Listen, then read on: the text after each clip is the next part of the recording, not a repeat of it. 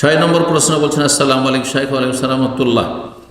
বলছেন, আল্লাহ রাব্বুল আপনার পরিবারের আপনাকে দুনিয়া আখিরাতে সার্বিক কল্যাণ দান, আমিন। আপনাদেরকে আল্লাহ রাব্বুল সার্বিক কল্যাণ দান, প্রত্যেক মুমিন মুমিনাতকে আল্লাহ রাব্বুল দিনের উপর রাখুন, কল্যাণ দান করুন। বলছেন, প্রশ্ন হচ্ছে, বিবাহের সময় 8-10 লাখ টাকা মেয়ের মোহর নির্ধারণ করে বিবাহের সময় কিছু গহনা দিয়ে ওই টাকাটা পরিশোধ দেখায়, যদিও মেয়ের পরিবারের কারো সাথে বিষয়টা আলোচনা করে না।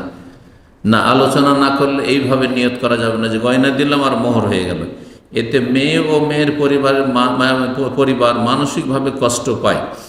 শরীয়তের বিধান কি? শরীয়তের বিধান হচ্ছে, সহিহ বুখারীতে হাদিস হচ্ছে, আল মুসলিমুন আলা শুরুতিহিম, মুসলিমরা আপন শর্তের ওপর অটল থাকবে। যে যার সাথে যে শর্ত করবে সে শর্ত পূরণ করবে। সুতরাং যখন বিবাহ হচ্ছে বা বিবাহের কথা পাকা হচ্ছে, তখন যদি বলে যে 5 লাখ টাকা দেনমোহর, এই যে দেনমোহর কথাটি কি জন্য বলে জানেন? দাইন মানে ঋণ। তো আমাদের দেশে মোহর দেয়ই না, ও ঋণ রেখে দেয় বাকি, সেই জন্য ওর নাম দেনমোহর। দাইনটাকে দেন করে দিয়েছে, দিনও করেনি। দিন হইলে ধর্ম হয়ে যাবে। আর দাইন ঋণ, বিকৃত দেনমোহর।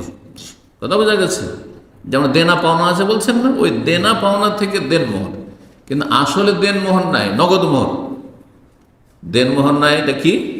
নগদ মোহর। সুন্নত হচ্ছে নগদ। কোন সাহাবী দেনমোহর, ঋণ মোহর রেখে বিয়ে করেননি।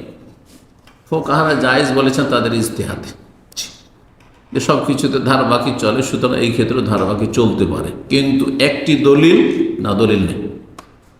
এমনকি যার কাছে কিছুই নেই, একটা লোহার আংটি খুঁজতে, লোহার আংটিও নেই, কিছুই নেই, একটা লুঙ্গি পরে আছে, গায়ে ওপরে কিছু নেই। তো বলছে, তুমি কি মাইন্দে ইল্লা ইজারি ইয়া রাসূলুল্লাহ, আমার কাছে একটা লুঙ্গি আছে। আরে লুঙ্গি খুলে দিয়ে তুমি পড়বে কি? নবী সাল্লাল্লাহু আলাইহি ওয়াসাল্লাম বলে, হাল মাকা শাইউন মিনাল কোরআন, কিছু কোরআন মুখস্থ আছে? বলছে, হ্যাঁ, সূরা তো কাযা ও কাযা ও কাযা, অমুক অমুক সূরা মুখস্থ আছে।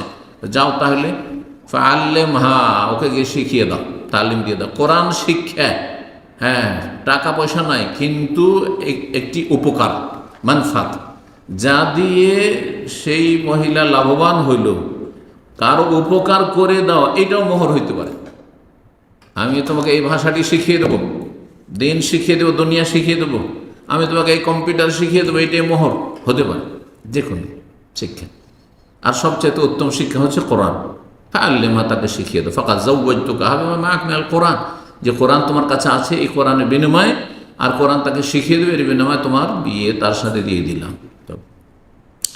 কিন্তু এই বাকি মোহর, এটি ফুকাহাদের শুধু ইজতিহাদি ফতোয়া, এর পেছনে কোনো দলিল নেই। এই জন্য যারা ভালো মানুষ, যারা সুন্নতের অনুসারী হতে চায়, তারা এই বাকিতে বিয়ে শাদী করবে না।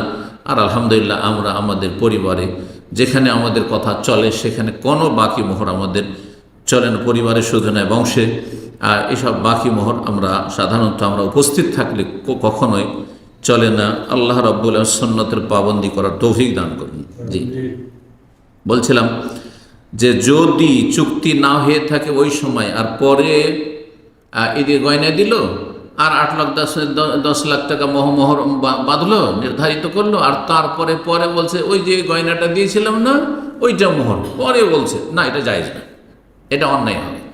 সুতরাং তারা না জায়েজ কাজ করবে। কিন্তু প্রথমখানে যদি চুক্তি করে নেয় বিয়ে পড়াবার আগে, যে আমরা যেটা গয়না দিচ্ছি সেটা এই যে 5 লাখ টাকা মোহর, তাতে আমরা কি করব, কাটিয়ে দেবো, তাতে আমরা সামিল করব। তো জায়েজ, যত টাকা হয় সেটাতে 5 লাখের মধ্যে 2 লাখ 3 লাখ হয়ে গেল, আর বাকিটা থাকলো, বাকিটা দিয়ে দেবে, এবং নগদ দেওয়াই সুন্নাত।